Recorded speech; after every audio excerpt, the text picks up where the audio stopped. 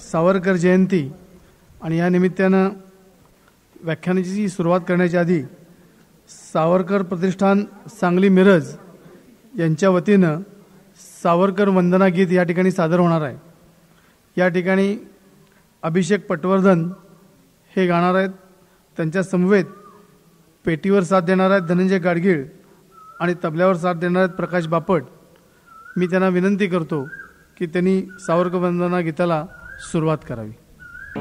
मारिता मरे तो झुंजेल, झुंज दिली तू शपथ पाळुनी, नेता द्रष्टा सेनानी बनुनी, आकार दिला स्वातंत्र्य संगरा, तुझ्याच तेजाचा हा उत्सव, तुझ्याच तेजाचा हा उत्सव करीतो आम्ही साजरा. स्वातंत्र्याचा तू उद्गाता मानाचा मुजरा, मानाचा मुजरा, तुला हा मानाचा मुजरा, तुला हा मानाचा मुजरा. वीर विनायक सावरकर तू नायक या देशाचा, वीर विनायक सावरकर तू नायक या देशाचा.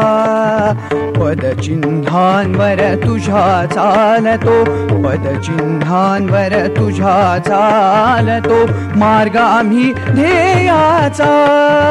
वीर विनायक सावरकर तू नायक या देशाचा, वीर विनायक सावरकर तू नायक या देशाचा. पदचिन्हांवर तुझ्या चालतो, पदचिन्हांवर तुझ्या चालतो मार्ग आम्ही ध्येयाचा.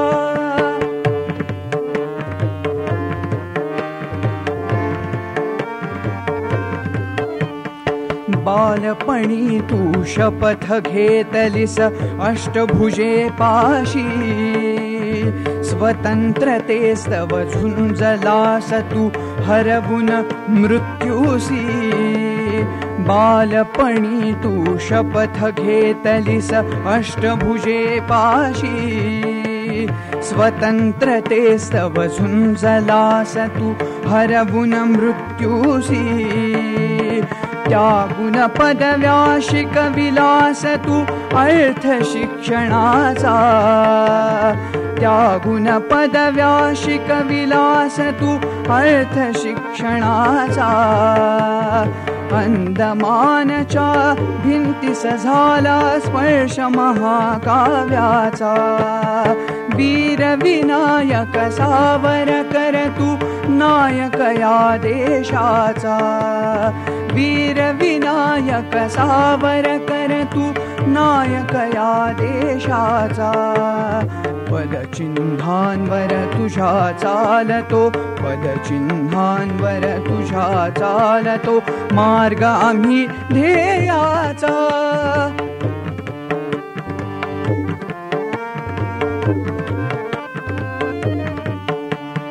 बंडन वेते 57चे समर स्वातंत्र्याचे बंडन भेटे 57चे समर स्वातंत्र्याचे इतिहासातील क्षण तू शोधले सोनेरी पानांचे घडविलास इतिहास स्वये तू क्रांतिकार्याचा घडविलास इतिहास स्वये तू क्रांतिकार्याचा शिकविलास ही त्यातून आम्हा मार्ग देशभक्तीचा वीर विनायक सावरकर तू नायक या देशाचा वीर विनायक सावरकर तू नायक या देशाचा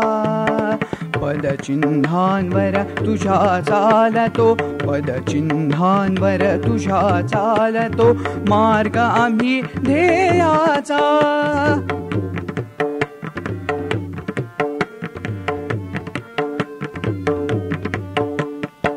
पुण्यभूमी ही पितृभूमी ही भारत भूमी पवित्र या भूमीवर निस्सीम भक्ती हेच खरे हिंदुत्व पुण्यभूमी ही पितृभूमी ही भारत भूमी पवित्र या भूमीवर निस्सीम भक्ती हेच खरे हिंदुत्व रत्नागिरीला पतित पावनी मंत्र दिला ऐक्याचा रत्नागिरीला पतित पावनी मंत्र दिला ऐक्याचा यंत्रयुगाचा स्वागत करता नेता नव्या युगाचा वीर विनायक सावरकर तू नायक या देशाचा वीर विनायक सावरकर तू नायक या देशाचा पदचिन्हांवर तुझ्या चालतो पदचिन्हांवर तुझ्या चालतो मार्ग आम्ही ध्येयाचा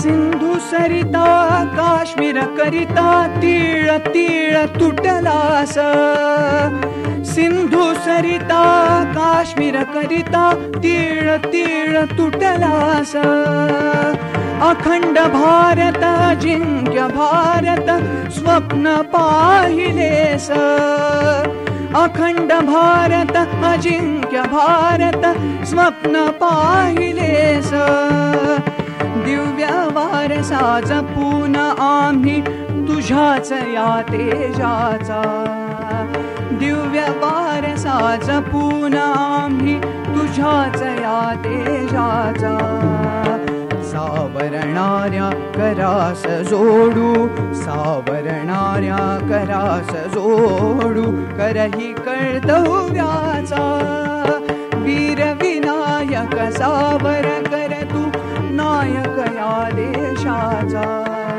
वीर विनायक सावरकर तू नायक या देशाचा पदचिन्हांवर तुझ्या चालतो पदचिन्हांवर तुझ्या चालतो मार्ग आम्ही ध्येयाचा मार्ग आम्ही ध्येयाचा मार्ग आम्ही ध्येयाचा या ठिकाणी सावरकर भक्त असलेले गोबा कामत सर एक सावरकरांच्यावर कविता आपल्या सगळ्यांच्या समोर सादर करणार आहे. त्यांना विनंती आहे त्यांनी कविता सादर करा.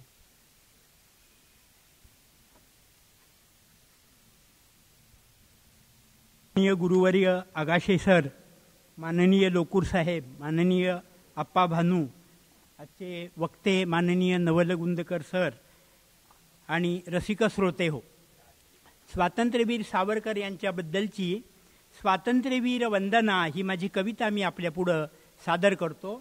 मला या ठिकाणी सादर करायला संधी दिल्याबद्दल मी प्रथमतः धन्यवाद देतो. स्वातंत्र्यवीर वंदना. अंदमानच्या नरकी काव्य चांदणे फुलले, घाय पात काठ्यानी अमर काव्य प्रसवी आले. छिलका कुटुनी कोलू ओढुनी देह कष्ट विला, छिलका कुटुनी कोलू ओढुनी देह कष्ट विला, प्रसन्नतेचा वसंत परिमणी होता फुललेला. त्रिखंडात ती उडी गाजली तात्या हो तुमची, वीरांना संजीवन देते याद आजही तिची. ओजस्वी देऊनी भाषणे देश प्रेमची चेतविले, हिंदू हिंदू हे बंधू अमुच्या मनात ठसविले. बुद्धी विज्ञानाची दृष्टी दिसली जनतेला, अंधश्रद्धा अज्ञानावर तुफान केला हल्ला. समर्थ व्हावा भारत माझा हीच आस मनी, स्वातंत्र्यास्तव आनंदाने फिरला विजनीवनी. तुमच्या सम निस्वार्थी नेता नाही मज दिसला, तुमच्या सम निस्वार्थी नेता नाही मज दिसला, म्हणून आदरे सदाच माझा माथा हा झुकला. धन्यवाद. करतो की त्यांनी सत्कार स्वीकारण्यासाठी या ठिकाणी व्यासपीठावर यावं.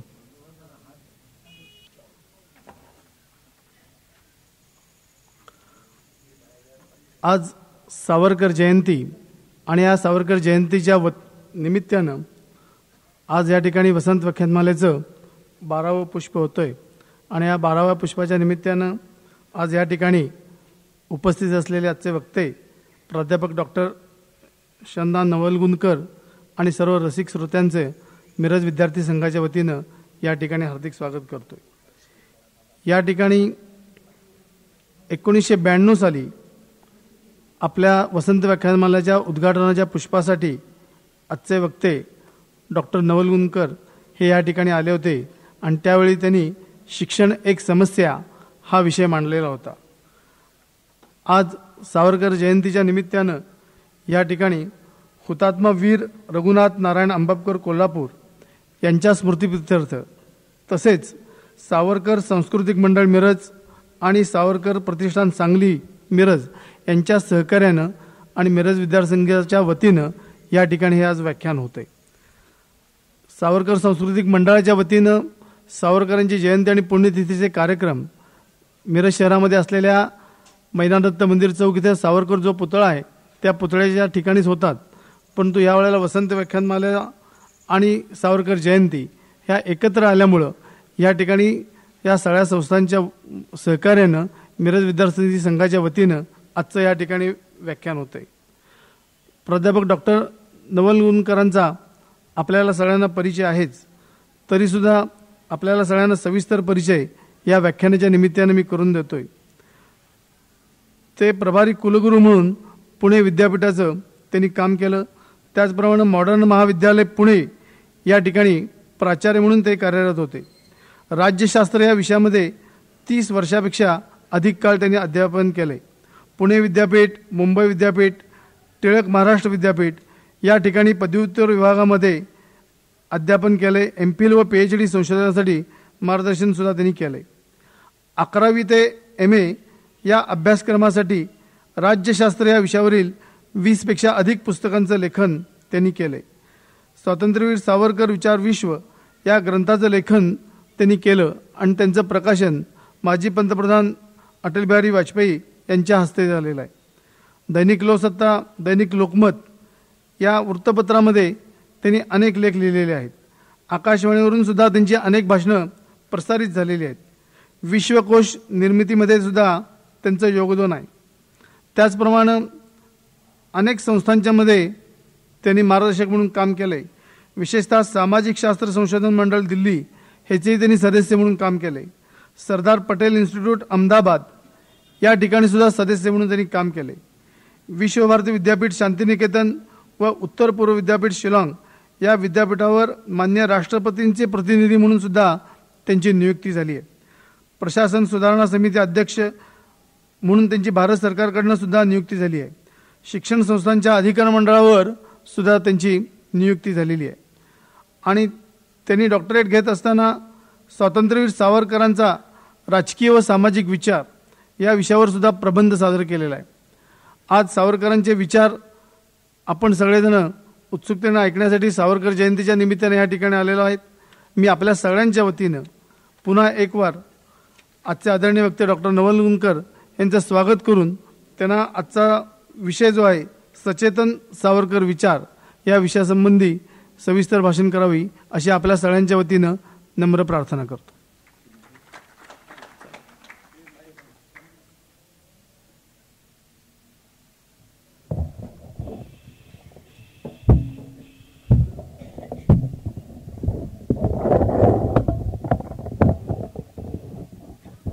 माझे मित्र बंडोपंत भानू, श्रद्धेय मातानो, भगिनीनो आणि बंधूनो, ज्ञानेश्वरीबद्दल असं म्हणतात की रोज एक तरी ओवी अनुभवावी. मी एक निवृत्त प्राध्यापक आहे. तोच नियम मलाही लागू पडतो. रोज एक तरी लेख लिहावा किंवा एक तरी व्याख्यान द्यावं.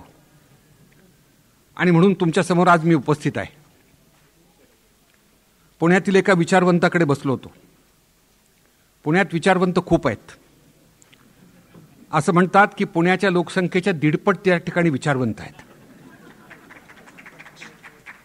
आज सकाळी विनोद झाला तर उद्या सकाळी हसतात, कारण दिवसभर चिंतन करतात. ते मला म्हणाले की इतिहास विसरून जा. करायचं काय राम आणि कृष्ण, रामकृष्ण आणि विवेकानंद, महात्मा गांधी आणि सावरकर, छत्रपती शिवराय आणि राणा प्रताप. उपयोग काय त्याचा? सगळं जग 21व्या शतकाच्या दिशेने प्रवास करत असताना, विकास करत असताना आपण पुन्हा पुन्हा त्या जुन्या आठवणी करण्यात अर्थ काय? त्या दिवशी मी फार नशीबवान होतो. त्यांचा नातू पळत पळत आतमध्ये आला आणि तो असं म्हणाला की आजोबा, मी 8वी इयत्ता पास केली, मला 46% मार्क पडलेत. आजोबा अतिशय रागावले. त्याला म्हणाले, गाढवा, 5वीत तू पहिला आला होतास, तुला 95% मार्क होते, आता इतके कमी कसे? त्यानं आजोबांच्याकडे लक्ष दिलं नाही, नमस्कार केला, पेढा दिला आणि निघून गेला. मी मात्र त्यांच्याकडे बघून हसलो. ते म्हणाले, का हसलात? म्हटलं, कारण अगदी उघड आहे. तो 5वीत पहिला आला होता, 95% मार्क होते, हा इतिहास झाला. त्याचं पुन्हा पुन्हा आठवण कशाला? उपयोग काय त्याचा? मला असं वाटतं की इतिहासाला नक्की महत्त्व आहे. इतिहासातून प्रेरणा घेऊ शकतो. इतिहासातून दुःखाच्या गोष्टी आठवून पुन्हा त्याच्यावर मात करण्याचा प्रयत्न करू शकतो. एक भाग. दुसरा भाग कृतज्ञतेचा आहे. मी राजगुरुनगरला गेलो. प्राध्यापक होऊ घातलेल्या माणसांचे इंटरव्ह्यू होते.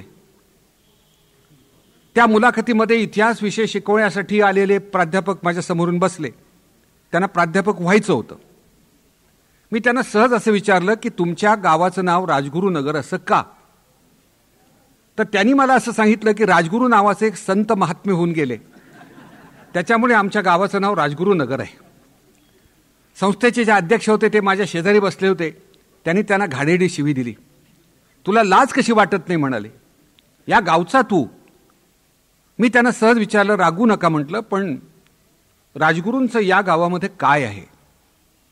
तेव्हा ते असं मला म्हणाले की एसटी स्टँडवर एक बसका पुतळा आहे, तेवढंच त्यांचं शिल्लक आहे. हे सगळं ऐकत असताना मला असं वाटलं की थोर माणसांच्या विषयी कृतज्ञता व्यक्त करण्याच्या ऐवजी माणसं किती निरपराध, निष्पाप, अज्ञानी असू शकतात हे मला चटकन जाणवलं. खुशवंत सिंगांचं एक पुस्तक वाचलं मी. त्यामध्ये मला एक गंमत सापडली. एक ग्रस्त रेल्वेतून विदाऊट तिकीट प्रवास करत होता. अत्यंत अज्ञानी होता, काही माहिती नव्हतं. पण त्याला एक माहिती होतं की या देशामध्ये मंत्र्यांना प्रवास फुकट असतो. टीसी आला, त्याच्याजवळ आला आणि म्हणाला, तिकीट कुठं आहे?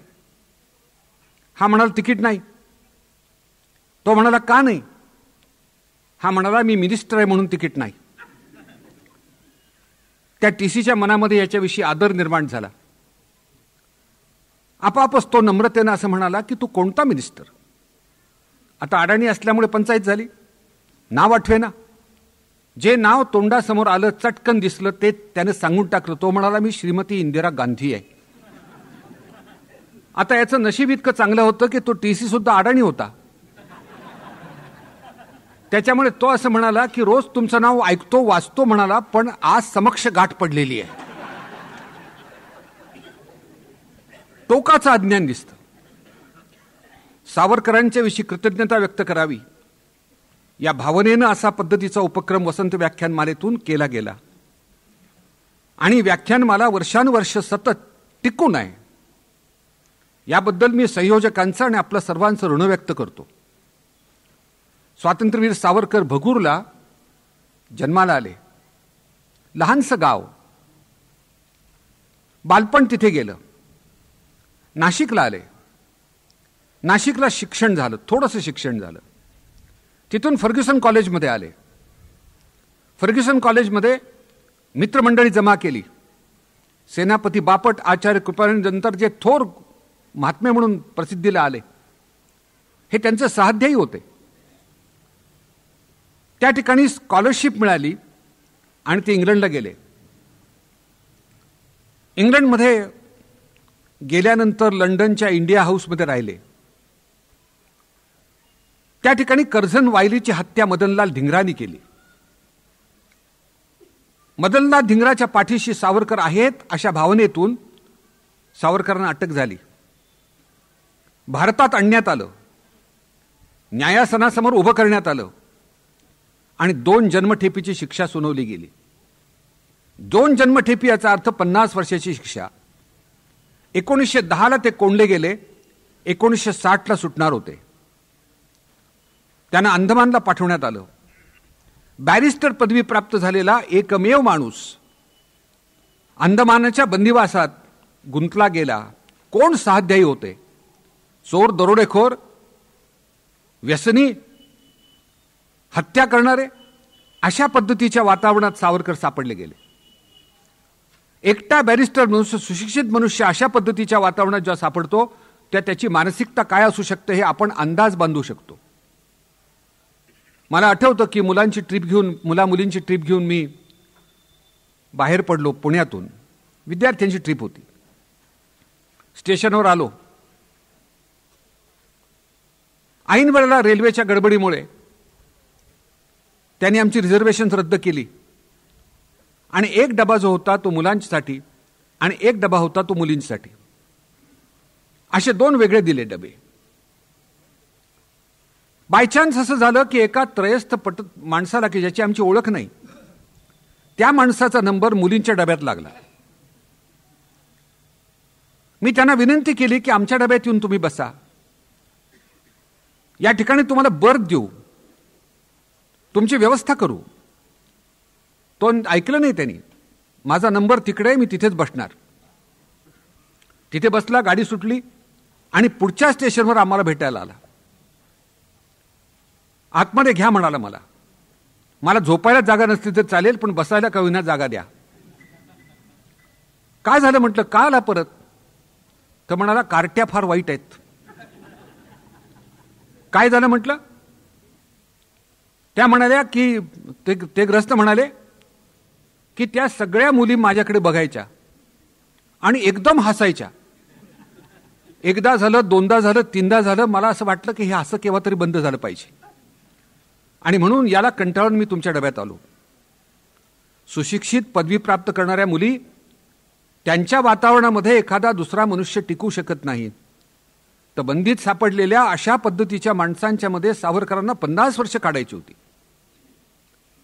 त्यातून ते परत आले, रत्नागिरीला बंदिस्त झाले. 2 अटी होत्या. रत्नागिरी सोडायची नाही आणि राजकारणात भाग घ्यायचा नाही. त्या अटी त्यांनी मान्य केल्या. रत्नागिरीत राहिले. त्यानंतर हिंदू महासभेचे अनेकदा अध्यक्ष झाले. कोपलँड नावाचा विचारवंत असं सांगतो की हिंदू महासभेच्या अध्यक्षपदावरून ते भाषण करताना जितकी गर्दी होत असे, इतकी गर्दी आम्ही कधीच बघितली नाही. इतकं असामान्य वक्तृत्व होतं. आणि त्यानंतर प्रायोपवेशन केलं आणि 1966ला ते गेले. हा सगळा आढावा झाला. यामध्ये प्रश्न असा येतो की चरित्र त्यांचं आणि त्यांचा विचार, त्यांचं कार्य आणि कर्तृत्व याचा आजच्या घटकेला संबंध काय? इतिहास होऊन गेला, संपलं ना. पुढे जायचंय आपल्याला 21व्या शतकाच्या दिशेने. याचा आजचा संदर्भ काय, हा खरा प्रश्न आहे. उत्तर असं सरळ आहे की त्यांच्या चरित्रातून तरुण माणसांनी घेण्यासारखं खूप आहे, आपल्यासारख्यांनी देखील घेण्यासारखं खूप आहे. असं म्हणण्याचं मुख्य कारण अगदी बालपणापासून अखंडपणानं सावरकरांनी असामान्य पद्धतीची पुस्तकं वाचली, त्याची टिपणं काढली, सर्व सार संग्रह नावाची वही तयार केली. आजच्या युवकांनी, आजच्या युवतींनी जे जे महाविद्यालयात शिकतात, शाळेमध्ये शिकतात, त्यांनी या सावरकर चरित्रातून घेण्याची ही मोठी प्रेरणा आहे. आणि म्हणून आजही तो संदर्भ लागू पडतो. गमतीचा भाग असा आहे, या वाचनाच्या आधाराने सावरकर पुण्यात जेव्हा आले, पहिल्यांदा आले, मुलगा सावरकर, विनायक दामोदर सावरकर नावाचा मुलगा, शाळकरी मुलगा, हे पुण्याला लग्नाला आले पहिल्यांदा. लग्नाच्या मांडवात अन्य माणसं अन्यत्र व्यग्र असताना हा मुलगा मात्र काहीतरी लिहित बसलेला होता. कोणी विचारलं की काय चाललंय तुमचं, कारण बाकीची माणसं कुणी कपड्यात, कुणी बँडमध्ये, कुणी जेवणात, पुण्याला विशेषतः जेवणात इंटरेस्ट असतो, या सगळ्यामध्ये व्यग्र असताना हा मुलगा मात्र काही ना काहीतरी लिखाण करत होता. त्याला विचारलं काय चाललंय म्हणून, त्या तो म्हणाला कर्जतला वक्तृत्व स्पर्धा आहे त्याची तयारी करतोय. कर्जतला वक्तृत्व स्पर्धा झाली, विनायक दामोदर सावरकर या मुलाचं अप्रतिम भाषण झालं, टाळ्यांच्या गजरात तो खाली बसला. समोरच्या श्रोत्यांना असं वाटलं की पहिल्या क्रमांकाचं बक्षीस सावरकरांना मिळणार. अध्यक्षीय भाषण शेवटी झालं आणि त्यात ते असं म्हणाले की पहिल्या क्रमांकाचं बक्षीस विनायक दामोदर सावरकर याला आम्ही देणार नाही, कारण इतके प्रगल्भ आणि उंचीचे विचार इतक्या लहान वयात संभवत नाहीत. हे कोणीतरी लिहून दिलेलं भाषण आहे, यांनी पाठ म्हणून दाखवलं. सावरकरांनी बोट वरती केलं आणि म्हणाले की मला 1-2 मिनिटं फक्त द्यावीत. काल मिळाला, 2 मिनिटं मिळाली, व्यासपीठावर गेले, डाव्या खिशातून सर्व सार संग्रही वही काढली, अध्यक्षांच्या समोर ठेवली. यात माझ्या वाचनाचे पुरावे यात आहेत. बालपणापासून मी जे जे वाचलं ते या वहीत नोंदवलेलं आहे. उजव्या खिशातून फुटकळ कागद काढणे, लग्नाच्या मांडवात बसून लिहिलेले, ते अध्यक्षांच्या समोर ठेवले आणि सांगितलं की या भाषणाची तयारी करण्यासाठी म्हणून लग्नाच्या मांडवात बसून काढलेले हे माझे मुद्दे आहेत. माणसाची जी वैचारिक उंची असते ती माणूस लहान आहे की मोठा आहे यावर अवलंबून नसते, माणूस स्त्री आहे की पुरुष आहे याच्यावर अवलंबून नसतं. नच लिंगम नच वया हे सूत्र म्हणून दाखवलं.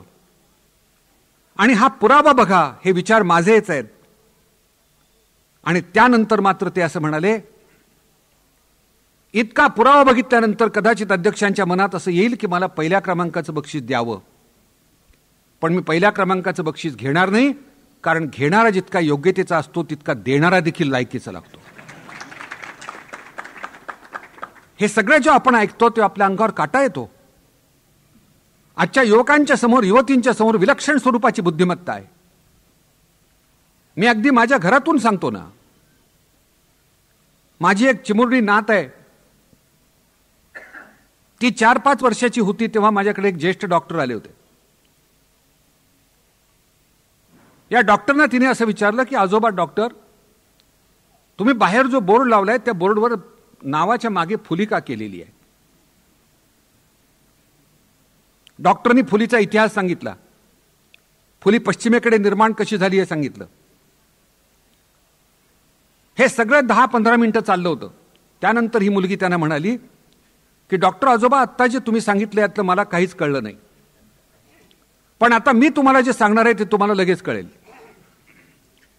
ही मुलगी त्यांना म्हणाली की फुलीमध्ये 2 रेगा असतात, एक आडवी आणि एक उभी, कारण डॉक्टर उभा असतो आणि पेशंट आडवा असतो म्हणून ती फुली असते. आता मी जेव्हा त्या वयाचा होतो तेव्हा माझ्यामध्ये विलक्षण स्वरूपाचं हे धाडस नव्हतं. हे परिस्थितीजन्य धाडस मुलामुलींच्या मध्ये आत्ताच्या घटकेला आहे. इंदूर विद्यापीठामध्ये इलेक्ट्रॉनिक्स विषय घेऊन पहिल्या क्रमांकावर उत्तीर्ण झालेली मुलगी माझ्यासमोर मुलाखतीसाठी बसली. तिला MBA प्रवेश पाहिजे होता. माझ्या शेजारी बसलेल्या थगानीबाईंनी त्या मुलीला प्रश्न विचारला, what is the greatest achievement in your life? तुझ्या आयुष्यात सर्वात मोठी गोष्ट कोणती मिळवली? ती मुलगी म्हणाली हिंदू फिलॉसॉफी डिक्टेट्स नो दाय self, I know my self, this is the achievement. Hindu तत्वज्ञान सांगतो स्वतःला तू कोण आहे समजून घे. मला मी कोण आहे हे समजलं. समर्थ रामदासांच्या भाषेत मला आत्माराम समजलेला आहे.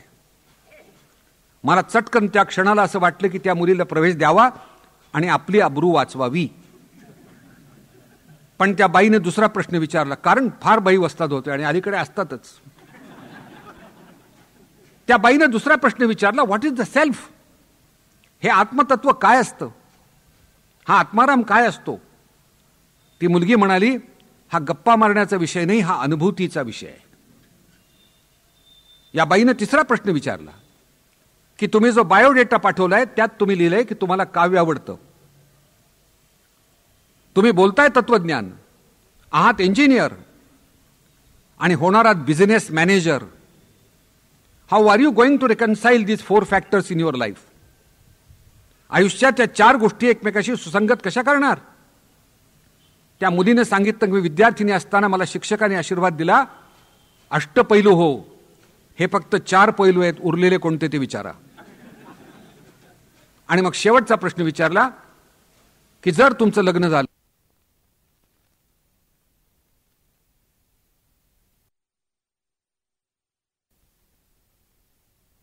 असं का म्हणता तुम्ही? तेव्हा ती म्हणाली, याचं मुख्य कारण असं आहे की प्रश्नाची सुरुवात जरनी झालेली आहे. ज्या प्रश्नाची सुरुवात जरनी होते त्याचं उत्तर कोणालाही देता येत नाही. मीच जर तुम्हाला प्रश्न विचारला की ह्या बाईचा जर जन्म झाला नसता तर हा प्रश्न निर्माण झाला असता का? हे सगळं माझ्या डोळ्यासमोर आल्यानंतर असं वाटतं की आजची युवा शक्ती अत्यंत बुद्धिमान आहे. मला जे कळतं त्याच्यापेक्षा अधिक त्यांना कळतं. कम्प्युटर सायन्स हा विषय आमच्याकडे सुरुवातीला जो इंट्रोड्यूस झाला तो करण्यामध्ये मी होतो. मला कम्प्युटर कळत नाही, आजही कळत नाही. पण आता तुमच्या घरामध्ये असलेली 5-7 वर्षाची मुलं, 7-8 वर्षाची मुलं ही कम्प्युटर ऑपरेट करू शकतात. इतकी परिस्थितीजन्य बुद्धिमत्ता मुला मुलींच्या मध्ये आज आहे. फक्त त्यांना संस्कारित करण्याची गरज आहे. आणि हे संस्कारित करण्याची गरज असल्यामुळे त्यांच्यावर चांगल्या माणसांचे चरित्रांचे संस्कार होणं आवश्यक आहे.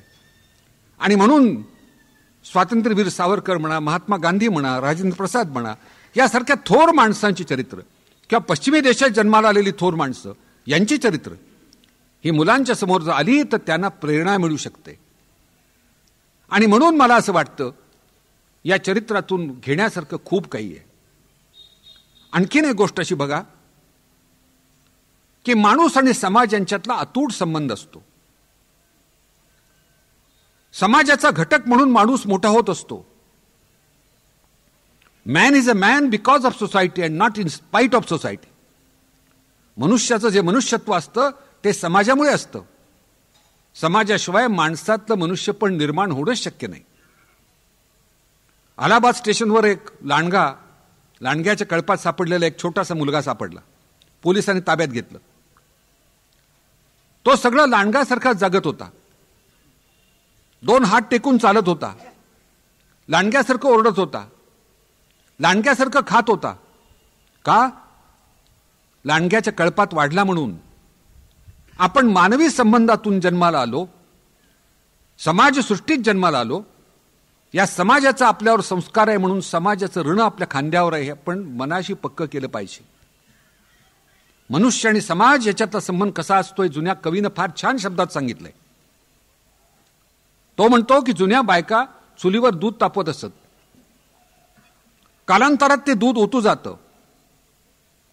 तो कवी म्हणतो, संस्कृत कवी म्हणतो, दूध ओतू का जातं? तर दूध ओतू जातं याचं कारण दुधातलं पाणी प्रथम जळतं, याचं दुधाला दुःख होतं. नंतर त्या बायका एक पळीभर पाणी दुधात टाकतात, दूध आपोआप खाली बसतं. तो कवी पुढे म्हणतो की दूध खाली का बसलं? गेलेलं पाणी परत मिळालं याचं सुख त्याला वाटतं म्हणून ते खाली बसतं. आणि म्हणून सुखात किंवा दुःखात भागीदार हवा. मनुष्य समाजसृष्टीत वावरतो, समाजसृष्टीत मोठा होतो. आणि म्हणून त्याला विलक्षण स्वरूपाची उंची प्राप्त होत असते. आणि म्हणून समाजाशिवाय माणसाची मनुष्यत्वाची कल्पनाच करता येणार नाही. पण आत्ताच्या घटकेला असं दिसतं, मी आणि माझे इतक्या मर्यादित भावविश्वात माणसं रममाण झालेली आहेत. घराघरातून मुलांना मुलींना शिकवतात, सांगतात तुझं तू बघ, बाकीच्यांचं तुला काय करायचंय. वास्तविक वसन व्याख्यानमाला ज्यांनी आयोजित केली त्यांना दुसरी कामं नव्हती का? त्यांना टीव्ही बघता आला असता ना घरी बसून. हे सगळं सोडून देऊन ते या मार्गाला लागले. याचं कारण समाजाचं कोणतं तरी ऋण त्यांच्या खांद्यावर आहे असा भाव त्यांच्या मनात, अशी भावना त्यांच्या मनात आहे. अशा पद्धतीची भावना समाजसृष्टीत बद्धमूल झाली पाहिजे. सावरकरांच्या चरित्रातून विलक्षण स्वरूपाची अशा पद्धतीची भावना बद्धमूल झालेली दिसते. हे अनुकरणीय आहे. आज मी आणि माझे एवढ्यापुरतं मर्यादित भावविश्व बाळगतात. एक सासूबाई आपल्या सुनेला घेऊन 4-5 घरामध्ये प्रसादाला गेल्या. प्रत्येक घरात त्या म्हणायच्या सुनेला बसायला पाठ द्या. घराघरात आश्चर्य वाटायचं की सुनेवर मुली इतकं प्रेम कधी दिसत नाही, असं काहीतरी दिसायला लागलंय. एका घरात विचारलं, सुनेला पाठ द्या असं का म्हणतात, तुम्ही स्वतःला पाठ का मागत नाही? त्या सासूबाई म्हणाल्या, सून जी साडी नेसलेली आहे ती माझी आहे म्हणून तिला पाठ द्या. इतकं मी आणि माझे अशा भावविश्वात माणसं आहेत. हे भावविश्व मोडून टाकायचं असेल तर समाजसृष्टीसमोर आदर्शांची निर्मिती झाली पाहिजे. आणि म्हणून हा आदर्श निर्माण करणारी जी जी थोर माणसं होऊन गेली, या थोर माणसांच्या चरित्रातून मिळणारा आदर्श आपल्या समोर आहे. सावरकर विचाराचा विचार करायला लागतो आपण, तेव्हा असं लक्षात येतं की सावरकरांनी हिंदू राष्ट्र ही संकल्पना मांडली. हिंदू कोण? 2 शब्दात हिंदू शब्द पक्का केला. हिंदू शब्द अव्याख्येय आहे. हिंदू शब्दाची व्याख्या सहजगत्या करता येत नाही. कोणीतरी अशी व्याख्या केलेली आहे की जो शेंडी ठेवतो तो हिंदू. पण मग प्रश्न निर्माण होतो की महिलांना काय करायचं? जे शेंडी ठेवतच नाही अलीकडच्या काळात त्यांना काय म्हणणार तुम्ही? या पद्धतीचे प्रश्न आपल्या समोर निर्माण होतात. आणि म्हणून अशा पद्धतीच्या व्याख्या बाजूला टाकून सावरकरांनी हिंदू राष्ट्र शब्दाचा पुन्हा पुन्हा आग्रही पुरस्कार केला. त्यातला हिंदू कोण? पितृभू आणि पुण्यभू या 2 शब्दात तो हिंदू शब्द बांधला गेला. पितृभू म्हणजे माझे ज्याचे आई वडील या भूमीत जन्माला आले, आई वडील, आजोबा पणजोबा, पूर्वज, तो हिंदू. त्यालाच फक्त हिंदू म्हणायचं. आणि पुण्यभू, ज्यांच्या धर्माच्या आद्य प्रवर्तकांनी ही भूमी पुण्यशील केली, त्याला हिंदू म्हणायचं. अगदी गणिती पद्धतीचं आहे की वाडवडील हिंदू, धर्माचे आद्य प्रवर्तक हिंदू. आणि याच्यातून आपोआपच एक मोठी गोष्ट त्यांनी साधली. हिंदू शब्दाच्या अशा पद्धतीची व्याख्या करून बौद्ध, जैन, लिंगायत, सनातन धर्मीय या सगळ्यांना एका छताखाली आणलं. हिंदू शब्दात ते बसले म्हणून. अशा या पद्धतीच्या हिंदूंचं राष्ट्र बनलं पाहिजे. आता राष्ट्र म्हणजे नक्की काय? राष्ट्राची 4 महत्वाची लक्षणं आहेत. एक लक्षण, आपण सर्वजण एक आहोत. ही एकात्मतेची भावना राष्ट्र या संकल्पनेत आहे. हिंदू राष्ट्र याचा अर्थ हिंदू एक आहेत. दुसरी गोष्ट, आम्ही जसे एक आहोत तसे अन्य समाजापासून पृथक आहोत, वेगळे आहोत, निराळे आहोत. अशा पद्धतीची पृथगात्मकतेची भावना समाजात असली पाहिजे. तिसरी गोष्ट, स्वातंत्र्यासाठी जबरदस्त प्रेम समाजामध्ये पाहिजे. पारतंत्र्य असेल तर स्वातंत्र्य प्राप्तीसाठी, आणि स्वतंत्र देश जर असेल तर स्वातंत्र्याच्या रक्षणासाठी. ही स्वातंत्र्यविषयक कल्पना माणसाच्या मनात पाहिजे, पक्की पाहिजे. आणि चौथी गोष्ट, राष्ट्राचा समाजाचा उत्कर्ष ही भावना माणसाच्या मनात बद्धमूल असली पाहिजे, सर्वांगीण उत्कर्ष. या पद्धतीचं राष्ट्र जन्माला येईल. हे राष्ट्र पूर्वी होतं, आज आहे आणि पुढे असणार आहे. अशा पद्धतीची भूमिका सावरकरांनी मांडली. आता आपण एक आहोत म्हटल्यानंतर प्रश्न असा येतो की आमच्याकडे भाषिक भिन्नता आहे, अनेक प्रकारचे भेद आहेत. मग एवढे सगळे भेद असताना आपण एक का आहोत, कसे आहोत? आपण एक आहोत असं म्हणण्याच्या पाठीमागचा सावरकरांचा उद्देश, भूमिका स्वच्छ आहे. आपण एक आहोत अशा पद्धतीची एकात्मतेची भावना आमच्या मनाशी जर बद्धमूल असेल तर भाषा वगैरे या भेदाला अर्थ उरत नाही. उदाहरणार्थ, रामायण आहे. हे रामायण तुम्ही संस्कृत भाषेत लिहिलं काय, मराठीत लिहिलं काय, हिंदीत लिहिलं काय, तेलुगू भाषेत लिहिलं काय, कानडीत लिहिलं काय, भाषा भिन्न आहेत. पण रामायणाचं मूल तत्व जे आहे ते एकच आहे. ते सर्वांना मान्य असलेलं तत्व आहे. रामायण म्हणजे त्रिकोण नव्हे, राम, सीता आणि रावण यांचा त्रिकोण असं नाही.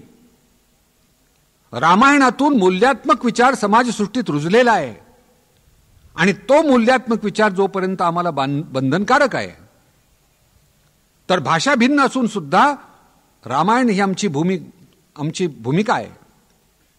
त्याचं मूल तत्व आमचं आहे. ही मुळामध्ये असलेली गोष्ट जोपर्यंत आमची आहे, आणि सर्वात शेवटी ते असं म्हणतात की आम्हाला वाटतं आम्ही एक आहोत म्हणून आम्ही एक आहोत. आता काही माणसं भाषेच्या मुद्द्यावर वगैरे वगैरे भेद करतात. महाराष्ट्र वेगळा आहे म्हणतात, कर्नाटक वेगळा आहे म्हणतात. माझ्या देखत माझ्या आधीच्या वक्त्याने एका सांगितलं शनिवारवाड्यासमोर की महाराष्ट्र हे राष्ट्र आहे कारण महाराष्ट्रात राष्ट्र आहे. महाराष्ट्र या शब्दात राष्ट्र आहे म्हणून महाराष्ट्र राष्ट्र आहे. कसं पटेल हो? म्हणजे ज्ञानदेव म्हणतात की माझा मराठाची बोले कौतुके, परी अमृतातेही पैजा जिंके. या पद्धतीचा भावनिक विचार ज्ञानेश्वरांचा देखील महाराष्ट्राबद्दल आहे. ही प्राथमिक अवस्था आहे. असं करत करत 18व्या अध्यायापर्यंत जाऊन पोचतात. तिथे विश्वात्मक देवाला प्रार्थना करतात, आणि म्हणून सबंध देशाचा विचार आमच्या डोळ्यासमोर प्रथम पाहिजे आणि महाराष्ट्राचा विचार नंतर पाहिजे. या पद्धतीची एक व्याप्त भूमिका सावरकरांनी आग्रहाने मांडली. मी त्या ग्रस्तांना असं सांगितलं की महाराष्ट्र शब्दात राष्ट्र आहे म्हणून महाराष्ट्र राष्ट्र आहे असं लॉजिक देखील चुकीचं आहे. त्याचं कारण असं आहे की महाराष्ट्र शब्दात राष्ट्र आहे म्हणून महाराष्ट्र राष्ट्र आहे असं जर म्हटलं तर धृतराष्ट्र राष्ट्र होऊन बसेल ना. या पद्धतीचं चिंतन नाही करतायत, आणि म्हणून छोट्या वर्तुळातून आपण मोठ्या वर्तुळात गेलं पाहिजे. हे बाकीचे जे सगळे निकष आहेत हे निकष गळून पडतात. आम्ही इतरांपासून पृथक आहोत, वेगळे आहोत. हे वेगळे पण कशात? आमच्या जीवनमूल्यात. आमच्या जीवनमूल्यात आम्ही वेगळे आहोत ही धारणा आहे आमची. साधी गोष्ट बघा की आम्ही विद्यार्थिनींना स्नातकांना उद्देशून कॉन्व्होकेशनच्या वेळेला, पदवीदान समारंभ असतो त्यावेळेला विद्यापीठ पातळीवर कुलगुरू विद्यार्थ्यांना सांगतात. हे आमच्याकडे तर आहेच, पण रवींद्रनाथ टागोरांच्या विश्वभारती विद्यापीठात सुद्धा आहे. काय आहे? मातृदेवो भव, पितृदेवो भव. ही आमची मूल्य आहेत. सत्यम वद, खरं बोल, आयुष्यभर खरं बोल. धर्मांचर, धर्माचं अनुशासन कर. धर्म अंमलात आण. या पद्धतीचा विचार स्नातकांना उद्देशून आम्ही सांगतो, तेच मूल्य आहे. अशा पद्धतीचा मूल्यात्मक विचार आमच्या हिंदू समाजात आहे आणि तो इतरांनी घ्यावा असा आमचा आग्रह आहे. साधी गोष्ट बघा, सत्यम वद किती अवघड आहे हो. खरं बोलत जा. मी मगाच कोणाला तरी सांगितलं की ऍडमिशनचे दिवस होते आणि मी आमच्या मुलांना सांगितलं, 2 मुलगे, शिक्षकाच्या मुलांनी खोटं बोलू नये, खरं बोलत जावं. पण ऍडमिशनच्या दिवसामध्ये जर टेलिफोन कोणाचा वाजला तर तो प्रवेशासाठी असं समजून निरोप लांबणीवर टाका. पुण्याच्या महापौरांचा फोन आला, काही नाही, बक्षीस समारंभ होता. पण थोरला मुलगा फोनपाशी होता, त्याला वाटलं की ऍडमिशनची भानगड आहे. म्हणून त्यांनी फोन केल्यावर यांनी सांगितलं की बाबा देवाची पूजा करतायत. त्यांनी अर्ध्या तासांनी पुन्हा फोन केला. थोरला कामावर निघून गेला होता, धाकटा फोनवर होता. थोरल्याने काय सांगितलं धाकट्याला माहित नव्हतं. धाकटा म्हणाला, बाबा आंघोळ करतायत. अवघड आहे. हे सत्यम वद हे मूल्य आहे.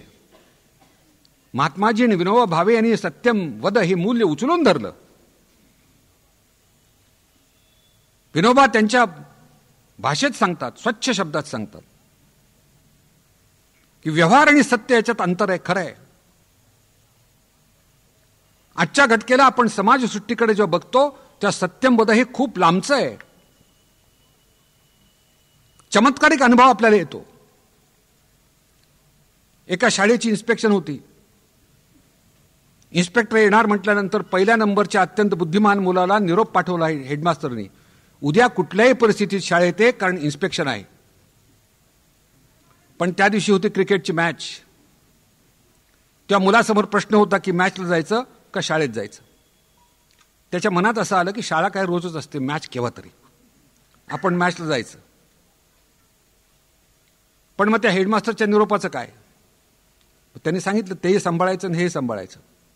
मग ते कसं, आपल्या जागेवर वर्गामध्ये आपल्या मित्राला आपलं नाव सांगणारा विद्यार्थी म्हणून येऊन बसवायचं, बोगस, आणि स्वतः मॅचला जायचं. इन्स्पेक्टर आला, प्रश्नांचा भडीमार केला, एकाही प्रश्नाचं उत्तर देता येईना. इन्स्पेक्टर रागावला, इतका बुद्धिमान पहिल्या नंबरचा मुलगा, तू इतक्या सोप्या प्रश्नाची उत्तर कशी देता येत नाहीत. तो मुलगा घाबरला आणि तो म्हणाला, सर खरंच सांगतो, तो खरा मुलगा मॅचला गेलेला आहे, त्याच्या जागेवर मी आलेलो आहे. इन्स्पेक्टर शिक्षकांना रागवला, तुम्हाला कसं माहित नाही, तुम्ही या वर्गाला शिकवता ना हा खोटा मुलगा आहे म्हणून. ते शिक्षक म्हणाले, खरे शिक्षक मॅचला गेलेत, मी त्याच्या जागी. तेव्हा तो इन्स्पेक्टर म्हणाला की खरा इन्स्पेक्टर आला असता तर तुम्ही काय केलं असतं. हे सगळं जगाचं वातावरण आहे. पण विनोबा म्हणतात, हे वातावरण असताना सुद्धा समांतर रेषामध्ये एका बाजूला तत्वज्ञान, दुसऱ्या बाजूला व्यवहार, समांतर रेषा एकमेकांना अनंत अंतरावर मिळतात. म्हणून विनोबा भावे म्हणतात, व्यवहार सत्यात रूपांतरित व्हायचा असेल, तत्वात रूपांतरित व्हायचं असेल तर आपल्याला समाजाला अनंत अंतर चालावं लागेल. आणि म्हणून त्यांच्या डोळ्यासमोर सत्य हे कुठेतरी दूरचं तत्वज्ञान आहे, पण त्याच्या मार्गातील वाटसरू होणं हे अत्यंत आवश्यक आहे. या पद्धतीचं तत्वज्ञान आमच्याकडे सगळ्या मुद्द्यावर आहे. मातृदेवोभव म्हणतात, पितृदेवोभव म्हणतात. आई देवासारखी आहे. आई म्हणजे काय नेमकं. आई म्हणजे वात्सल्य, जिव्हाळा, प्रेम, सत्वशीलता, रुजुता, नम्रता याचं प्रतिकात्मक दर्शन म्हणजे आई. आई म्हणजे व्यक्ती तर आहेच. माझी आई म्हटल्यानंतर ती व्यक्ती आहे, पण त्याच्या परिसरामध्ये असलेल्या या सर्व गुणांचं एकात्मदर्शन आईत असतं. ती देवासारखी आहे म्हणजे याचा अर्थ हे सद्गुण देवासारखे आहेत. आणि वडिलांना नंबर 2 दिलाय, कारण करारीपणा, धाडस, मनगटी सामर्थ्य या पद्धतीचे भाव, या पद्धतीचा गुण पित्यामध्ये असतात आणि म्हणून त्याला ईश्वरत्व नंबर 2 वर ठेवलंय. पहिल्यांदा नम्रतेतून, रुजुतेतून कुठून तरी आपण समझोता करण्याचा प्रयत्न करतो, मानवी स्वभावाला धरू नये. आता उपनिषदाचं वाक्य म्हटल्यानंतर काहींना वाटतं की हे एक जुनाट आहे, टाकून देण्यासारखं आहे. जुनाट मुळीच नाही, हे त्रिकालाबाधित सत्यात्मक आहे. अब्दुल कलाम, डॉक्टर माशेलकर आणि मी गोव्याच्या कुलगुरू निवडीला होतो. कलामांच्या ऑफिसमध्ये बसलो होतो. त्यांना सहज असं विचारलं की कुलगुरू कसे असावेत, तुम्हाला काय वाटतं, कोणता निकष असावा कुलगुरूंच्या निवडीला. त्यांनी एका क्षणात सांगितलं 3 मुद्दे आहेत. कुलगुरू ज्याला व्हायचंय त्याच्या अंगी अप्रतिम करिअर पाहिजे. 2, विजन पाहिजे की माझं विद्यापीठ 5 वर्षात कुठे नेऊन पोहोचवणार. आणि 3, कॅरेक्टर पाहिजे. तर म्हटलं करिअर आणि विजन चर्चेमध्ये कळतं, कागदोपत्री कळतं, त्यांनी अर्ज केलाय त्यातून कळतं. कॅरेक्टर कसं समजणार. त्यांनी एका क्षणात सांगितलं, एका क्षणात, की ज्याला कुलगुरू व्हायचंय हा उमेदवार आपल्या समोर येऊन बसल्यानंतर आपण त्याला एकच प्रश्न विचारायचा की तुमचे आई वडील कुठे असतात. ज्याला आपले आई वडील सांभाळता येत नाही तो विद्यापीठ कधीही सांभाळू शकत नाही. हा कलामांचा तुम्हाला संदेश आहे. हे आमचं कल्चर आहे. एका अमेरिकन माणसाने मला असं सांगितलं की आमच्या देशामध्ये आम्ही फ्रेंड्स म्हणतो. भाषणाची सुरुवात करताना स्वामी विवेकानंदांनी बंधू भगिनीनं म्हटलं. टाळ्यांचा गजर झाला, न थांबणारा गजर. आम्ही मात्र फ्रेंड्स म्हणतो. फ्रेंड्स म्हणायला हरकत आहे का. मुळीच नाही म्हटलं. पण बंधू भगिनीनो यांनी सुरुवात करत असताना टाळ्यांचा गजर तिकडे होतो, आपल्याकडे टाळ्या का वाजवत नाहीत. मी आता इतक्या सभामध्ये बोललो, बंधू भगिनीच्या जोडीला मातानो सुद्धा म्हणालो. कोणी नाही हो. का. तुमच्या सवयीचा, सरावाचा, मूल्यांचा भाग आहे, तुमच्या मनाशी रुजलेला आहे, म्हणून तुम्ही टाळ्या वाजवत नाही. त्यांची फ्रेंड ही कल्पना आणि तुमची फ्रेंड ही कल्पना अंतर आहे. त्यांची फ्रेंड कल्पना काय. ए friend in need is a friend in deed. गरजेच्या जो मदत करतो तो मित्र. पुण्याच्या शिवाजीनगर पोस्ट ऑफिसमध्ये मी उभा होतो प्राचार्य असताना. मला मनी ऑर्डर करायची होती. माझ्याकडे पेन नव्हतं. पुणेरी माणसाकडून, शेजाऱ्याकडून पेन घेतलं. मनी ऑर्डरचा फॉर्म भरला, मनी ऑर्डर केली. माझी गरज भागली. त्यांनी मला गरजेच्या वेळा मदत केली म्हणून तो माझा फ्रेंड. पण पुण्याच्या माणसाने पेन कसं दिलं, टोपण काढून पेन माझ्या हातात दिलं. केवढा विश्वास. तरी तो माझा मित्र. आमची फ्रेंडची कल्पना 1 सोल इन 2 बॉडीज. 2 शरीर आहेत, 1 आत्मा आहे. एका शाळेमध्ये निबंध लिहून दिला, 15-20 वाक्य. फ्रेंड. शेवटचं वाक्य, ए friend in need is a friend in deed. पाठ करा म्हणून सांगितलं मुलांना. परीक्षेला जर फ्रेंडच्या ऐवजी दुसऱ्या नात्यातला निबंध आला, हेच लिहायचं, फक्त तो शब्द काढायचा फ्रेंड, नवा शब्द टाकायचा. परीक्षेच्या वेळा आला फादर निबंध. शेवटचं वाक्य कळलं तुम्हाला.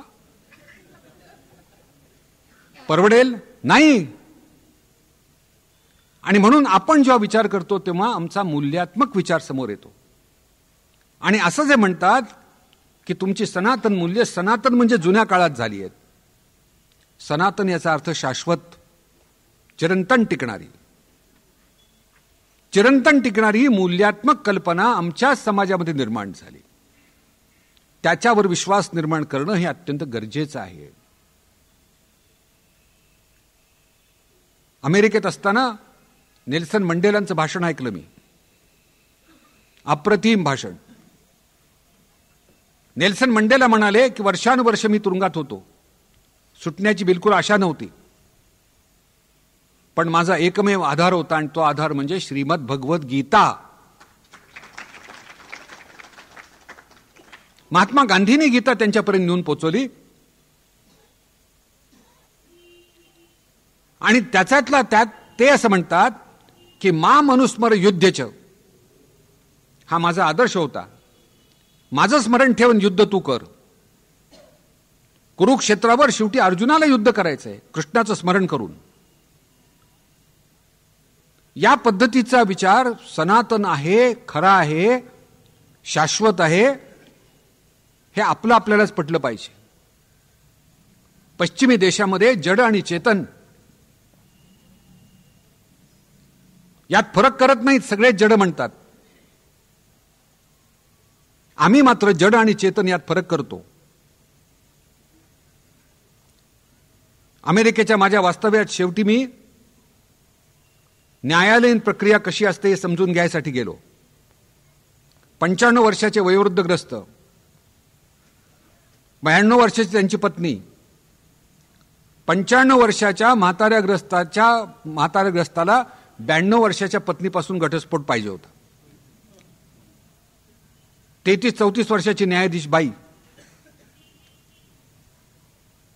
त्या बाईनं स्वाभाविक प्रश्न विचारला, घटस्फोट कशासाठी पाहिजे? यानं अत्यंत निसंकोचपणाने सांगितलं की मला पुन्हा लग्न करायचं. समोरच्या गोऱ्या श्रोत्यावर काहीही परिणाम झाला नाही. माझी सून मला म्हणाली, काय माणसं आहेत म्हणाली. घटस्फोट का मागितला? घटस्फोट मागितला याचं कारण ती 92 वर्षाची पत्नी निकम्मी झाली होती. तिनं घटस्फोट ताबडतोब मंजूर केला, कारण तिच्या दृष्टीनं हा म्हातारा निकम्मा झाला होता. 2 निकम्मे एकत्र राहणं शक्य नाही. न्यायालयीन निकाल अर्ध्या तासात झाला, घटस्फोट मंजूर झाला आणि न्यायालयाच्या 2 दरवाजातून 2 माणसं पैलवान जशी कुस्ती जिंकतात किंवा आमदार खासदार निवडून आल्यानंतर ज्या मिरवणुकीतून जातात त्या थाटात दोघे निघून गेले. हा पती आहे, हा जिवंत आहे, हा चेतन आहे. ही पत्नी आहे, ही चेतन आहे. हा विषयच नाही. वस्तुरूप बघतात. अनेक हॉटेलच्या दारात मी बोर्ड वाचले, men are to be hired. माणसे भाड्याने हवी आहेत. तुमच्याकडे सायकल भाड्याने मिळते, घर भाड्याने मिळतं, माणूस भाड्याने नाही मिळत. ज्या वस्तू टाकावं असतात, निकामी होतात, ते फेकून देतो आपण. वयोवृद्ध आई वडील झाल्यानंतर फेकून देतो आपण. हे नाहीये. चेतन आणि अचेतन यात आपण फरक करतो. जे फेकून देत असतो त्या वस्तू असतात, त्याला पुण्याला भंगार म्हणतात. मी ज्या भागामध्ये राहतो तिथे भंगार विकत घ्यायला एक बाई आली. दार वाजवलं एकाचं, विचारलं भंगार आहे का भंगार? आतल्या बाईनं सांगितलं की ऑफिसला गेले आहेत, संध्याकाळी या. आपण माणसाचा कधी भंगार होऊ देत नाही. ही आमची संस्कृती आहे आणि या संस्कृतीचं अधिष्ठान राष्ट्रत्वात आहे. आपण एक आहोत ही जशी भावना, तशी आमची सांस्कृतिक मूल्यात्मक भावना ही आमचं वेगळेपण सिद्ध करणारी आहे. जगापेक्षा आम्ही निराळे आहोत. ही जी सांस्कृतिक मूल्यांची भावना आहे, या भावनेमुळे आपण हिंदू आहोत हे सिद्ध होतं. स्वातंत्र्यासाठी विचार, स्वातंत्र्यपूर्व कालामध्ये स्वातंत्र्य प्राप्तीचा विचार होता आणि स्वातंत्र्योत्तर कालामध्ये स्वातंत्र्य जतन करण्याचा विचार आहे. आपल्यापैकी प्रत्येकाच्या लक्षात येईल की ही मूल्यात्मक भावना आजच्या घटकेला समाजसृष्टीत बद्धमूल झालीच पाहिजे. त्याशिवाय समाज टिकूच शकत नाही, समाज प्रगती करू शकत नाही. माणसं माणसाशी जोडली गेल्याशिवाय, समाज एक आहे असं म्हटल्याशिवाय आपण प्रगती करू शकत नाही. आणि त्याचबरोबर स्वातंत्र्याची भावना जी आहे ती आजही सचेतन आहे. आमचं स्वातंत्र्य टिकलं पाहिजे. स्वातंत्र्य का टिकलं पाहिजे? तर स्वातंत्र्य मिळण्यासाठी असाधारण स्वरूपाचे परिश्रम स्वातंत्र्यपूर्व काळामध्ये झालेले आहेत, इथेच झालेत. असामान्य स्वरूपाचा त्याग इथे झालेला आहे. नेमस्त, जहाल आणि क्रांतिकारक यापैकी नेमस्तांचं म्हणणं असं होतं की हळूहळू सुधारणा करून ब्रिटिश इथून जातील. त्यांच्या उदार मतवादावर, त्यांच्या मानसिकतेवर या नेमस्तांचा विश्वास होता. नेमस्त देशभक्त होते, याच्यात वादच नाही. पण त्यांना असं वाटत होतं की ब्रिटिश त्यांच्या देशात लिबरल आहेत, आमच्या देशात आज ना उद्या लिबरल असतील, त्यांच्याकडून सुधारणा होऊ शकतील. जहाल जे होते त्यांचं म्हणणं असं की कायद्याच्या चौकटीत राहून आपण ब्रिटिशांना या ठिकाणी राज्यकारभार करण्याला असमर्थ करावं. कायद्याची चौकट सांभाळायची, पण अशी स्थिती निर्माण करायची की जेणेकरून त्यांना राज्यकारभार करताच येणार नाही. स्वातंत्र्यवीर सावरकरांच्या मनात असं आलं की नेमस्तांच्या पद्धतीने होणारच नाही, कारण त्यांच्या कल्पना चुकीच्या आहेत. जहालांच्या बद्दल सावरकरांच्या मनात अतिशय आदर होता, टिळकांच्या विषयी विशेष आदर होता. पण ते म्हणाले की या मार्गाने स्वातंत्र्य लवकर मिळणार नाही आणि म्हणून आपण क्रांतीचा मार्ग घ्यावा. मग हे त्यावेळेला शक्य आहे का? सबंध समाजाला एकात्म करायचं, त्याला युद्ध करायला लावायचं, त्यावेळेला शक्य नव्हतं. मग त्यासाठी व्यक्तिगत स्वरूपाची हत्या तात्पुरत्या स्वरूपात करायची. इंग्रज अधिकाऱ्याची हत्या केल्यानंतर अधिकाऱ्यांना इथे वाटायला लागेल की आपल्याला इथे राज्यकारभार करणं अत्यंत अवघड आहे, आणि मग त्यातून ते जातील, अन्यथा जाणार नाहीत. आणि मग त्यांच्याच प्रेरणेतून कर्झन वायलीची हत्या मदनलाल धिंगराने केली. त्यांच्याच प्रेरणेतून कान्हेरीने जॅक्सनची हत्या केली. या पद्धतीचा विचार त्यांच्या मनात आला. पण परिणाम काय? परिणाम, ज्यांनी ही हत्या केली ती कटकारस्थानं करणं, ती कटकारस्थानं उघडकीला येतात, आणि ते उघडकीला आल्यानंतर आपोआपच त्यातील काही जणांना फाशी, काहींना जन्मठेप आपोआप होतो. केवढा मोठा विलक्षण त्याग आहे याचे तुम्हाला उदाहरणं सांगतो. तुम्हाला कान्हेरीने जॅक्सनची हत्या केली नाशिकला. एक जण माफीचा साक्षीदार झाला, त्यांनी सगळ्यांची नावं उघडकीला आणली, सगळे पकडले गेले, काहींना फाशी, काहींना जन्मठेप. हा मात्र मोकळा सुटला. हा आपल्या खेडेगावात परत गेल्यानंतर, लक्षात घ्या, त्याच्या पत्नीनं त्याला दरवाजा उघडला नाही. कारण मित्रद्रोही, देशद्रोही, समाजद्रोही असल्या नवऱ्याबरोबर आपण जन्म काढणं शक्य नाही, आणि म्हणून त्याला दरवाजा उघडला नाही, आतमध्ये आत्मार्पण केलं. स्वातंत्र्यावर ज्यांचं प्रेम आहे त्याच्या अंतःकरणात या बाईचं नाव कोरलेलं आहे. इतका असामान्य स्वरूपाचा त्याग अनेकांनी केला. चाफेकर बंधू तिघजण फाशी गेले.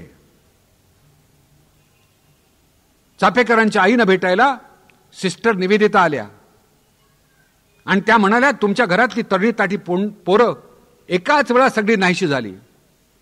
हे बघून तुम्हाला जितकं दुःख झालं तितकं आम्हालाही दुःख आहे, आणि म्हणून तुमच्या दुःखात सहभागी असल्याची भावना व्यक्त करण्यासाठी आम्ही आलो.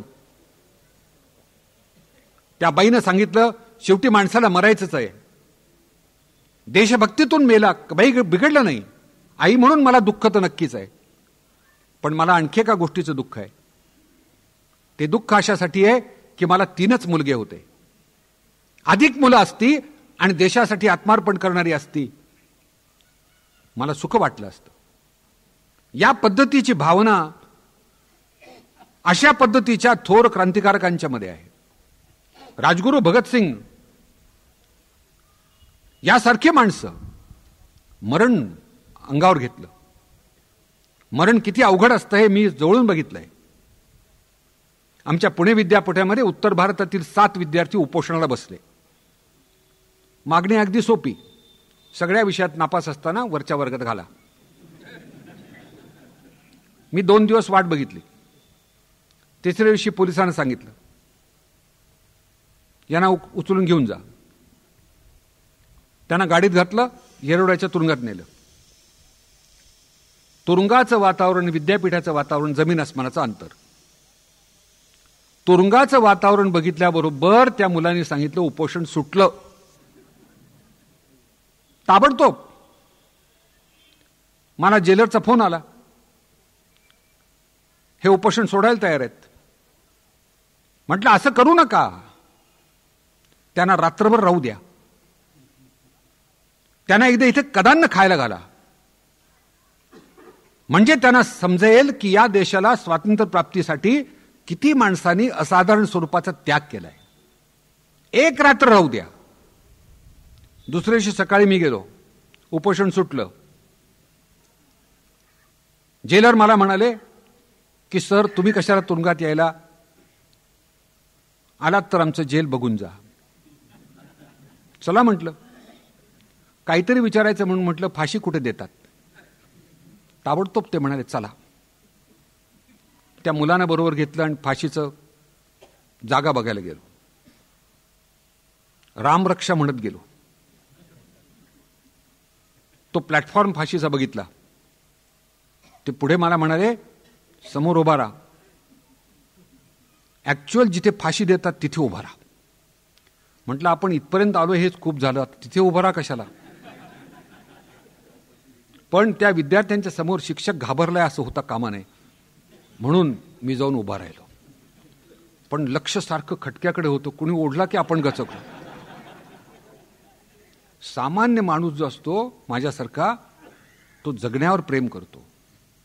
असाधारण असामान्य कर्तृत्वाची माणसं असतात, मरण्यावर प्रेम करतात. सावरकरांचं कौतुक एका गोष्टीसाठी आहे की ज्यांना फाशी झाली ते क्षणात गेले, हातात गीतेचं पुस्तक घेतलं, फास आवळला गेला, नाहीसे झाले. पण सावरकर अनेक वर्ष मरणाच्या टांगत्या तलवारीखाली राहिले. वैशिष्ट्य आहे. अशा पद्धतीनं जन्म काढणं आणखीन कठीण आहे. या पद्धतीचा त्याग स्वातंत्र्यासाठी केलेला जो आहे आजही आमच्या समोर असला पाहिजे. कशासाठी? स्वातंत्र्याचं जतन करण्याची जबाबदारी आमच्या खांद्यावर आहे, कारण स्वातंत्र्यासाठी त्याग केलेली असाधारण माणसं या समाजात होती. स्वातंत्र्यामुळे आम्ही स्वतंत्र झालो. आम्हाला नागरिकांना स्वातंत्र्य मिळालं.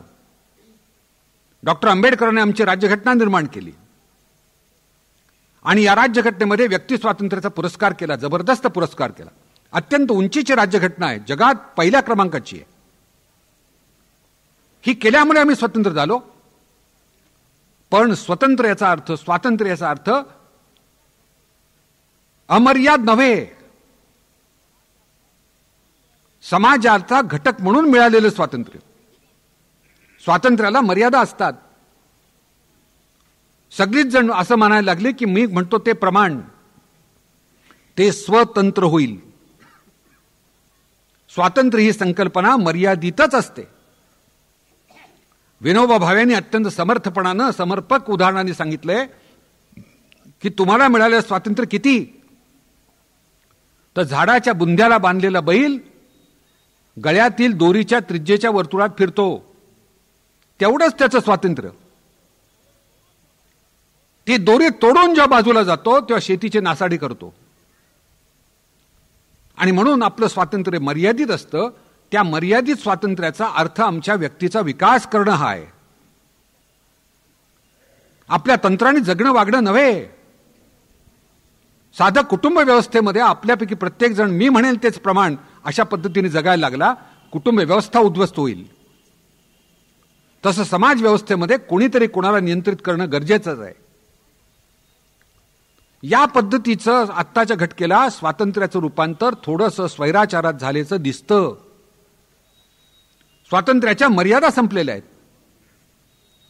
आणि म्हणून सामान्यतः पब्लिक प्रॉपर्टी विध्वंस करणं हे चित्र सगळीकडे दिसतं. मोर्चा आला, दगडफेक केली, विध्वंस करून टाकला. किती कष्टातून आम्ही हे मिळवलंय. आपल्यापैकी प्रत्येकाला या स्वातंत्र्याची कल्पना पक्की पाहिजे आणि या स्वातंत्र्य रक्षणाची जबाबदारी माझ्या खांद्यावर आहे. आणि म्हणून सावरकरांचा विचार आत्ताच्या घटकेला स्वातंत्र्याचा अतिरेक करणाऱ्या माणसाच्या दृष्टीनं अत्यंत विचार करायला लावणार आहे. आणि या पद्धतीनं आपण आणखीन पुढे गेल्यानंतर असं लक्षात येतं, समाजाचा उत्कर्ष, समाजाचा जो उत्कर्ष साधायचा आहे, सर्वांगीण उत्कर्ष साधायचा आहे, हा शेवटी कशातून होणार? समाजाच्या एकात्मतेतून होणार. समाजाच्या एकात्मतेतून होणार. तसंच समाजाला दृष्टी पाहिजे ना पुढे जाण्याची. आणि म्हणून सावरकरांचं पुढचं तत्व आहे, समाजाच्या एकात्मतेसाठी आमच्यातील जातीभेद नष्ट झाला पाहिजे. स्पृश्य अस्पृश्यता ही कल्पना नाहीशी झाली पाहिजे. अगदी सुरुवातीला वर्णव्यवस्था होती, तुम्ही कोश काढून बघा. या वर्णव्यवस्थेमध्ये मोबिलिटी होती. जो विद्वान, जो चारित्र्य संपन्न असा ऐतरेय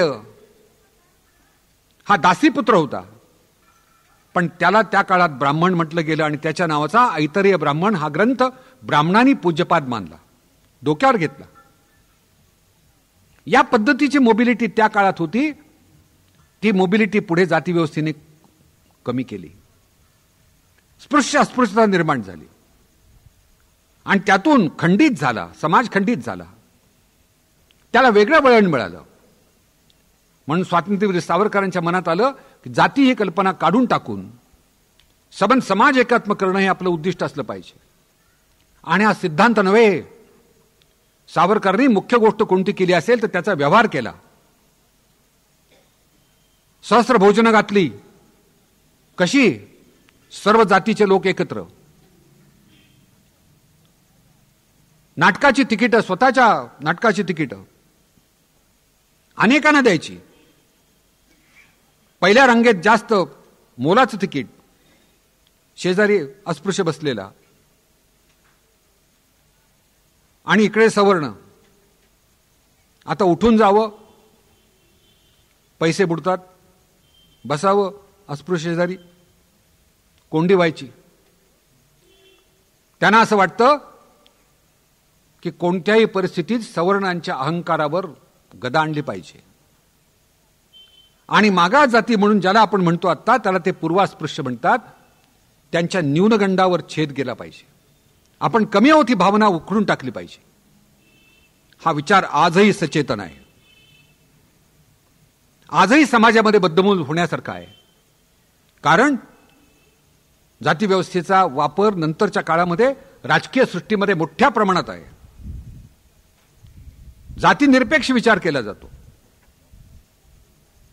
आणि तो विचार सावरकरांनी बद्धमूल करण्यासाठी म्हणून अनेक उपक्रम हाती घेतले. सामुदायिक हळदी कुंकू हातात घेतलं. या पद्धतीच्या उपयोजनातून केवळ याला धक्का बसेल असं त्यांना वाटलं. हा सचेतन सावरकर विलक्षण स्वरूपाच्या विज्ञान निष्ठेचे पुरस्कर्ते होते. विलक्षण विज्ञान निष्ठेच्या मुळाशी आहे वैज्ञानिक दृष्टी. आणि म्हणून त्यांना असं वाटलं की वैज्ञानिक दृष्टी समाजात बद्धमूल झाली तर आमच्यातल्या चुकीच्या, खोट्या, चमत्कारिक रूढी, प्रथा, परंपरा उघडून टाकता येतील. अवघड आहे फार. पुण्याच्या एका कॉलेजमध्ये 30 वर्ष गणितशास्त्र शिकवणारे प्राध्यापक माझ्याबरोबर मुंबई हायकोर्टात एक केस चालली होती. विद्यार्थ्यांनी विद्यापीठाविरुद्ध केस केली होती. ती केस चालवण्यासाठी आमचे जे वकील होते त्यांना मदत करण्यासाठी मी पुण्याहून निघालो. आणि माझ्या मदतीला प्राध्यापक होते. गणित विषय जिथे 2 + 2 = 4. पण आमची गाडी आमच्या घरापासून सुटली आणि ते गणिताचे प्राध्यापक मला म्हणाले, आपण केस हारलो.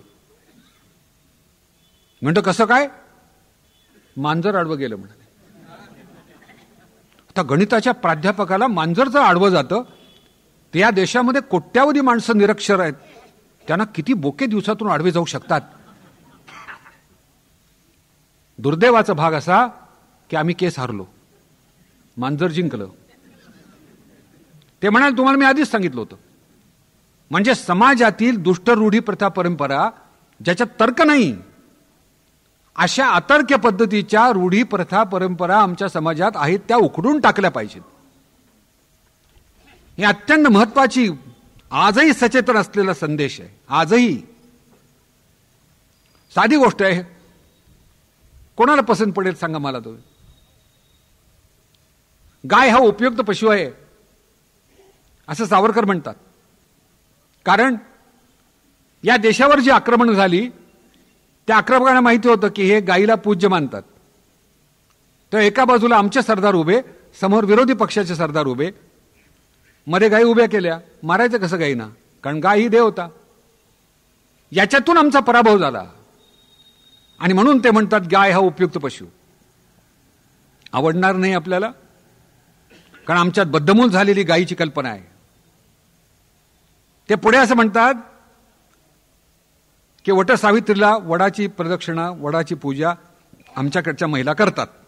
काय मागतात? हाच पुढच्या वर्षी मिळावा, पुढच्या जन्मी मिळावा. ज्याचा या जन्मी कंटाळा आलाय तोच पुढच्या जन्मी. ते म्हणतात की वडाला प्रदक्षिणा घालून काहीही होत नाही, लॉजिक नाही त्यात. त्याच्याऐवजी या महिलांना तेलाच्या घाण्याला जुंपावं आणि त्यांच्याकडून तेल काढून घ्यावं आणि ते तेल गरिबांना वाटावं. इतका विचार कोण करणार हो? आणि याच्यावर कोण विश्वास ठेवणार? आणि म्हणून सावरकरांना भेटायला मी जेव्हा गेलो होतो तर त्यांना मी म्हटलं की आदि शंकराचार्यांचं सूत्र आहे, यद्यपि सिद्धम लोकविरुद्धम ना करणीयम ना चरणीयम.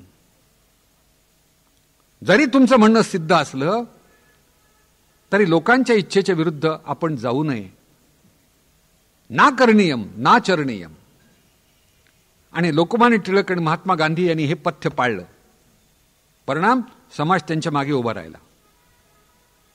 ते मला म्हणाले लोकांना काय आवडतं आणि लोकांना काय आवडावं याच्यात फरक असतो. लोकांना काय आवडतं यासाठी माझा जन्म नाही, लोकांना काय आवडावं हे मी सांगणार आहे. आणि म्हणून अशा पद्धतीच्या रूढी प्रथा परंपरा आमच्या समाजात ज्या बद्धमूल झालेल्या आहेत त्या मुळापासून उखडून टाकल्या पाहिजेत. हे आजही सचेतन आहे.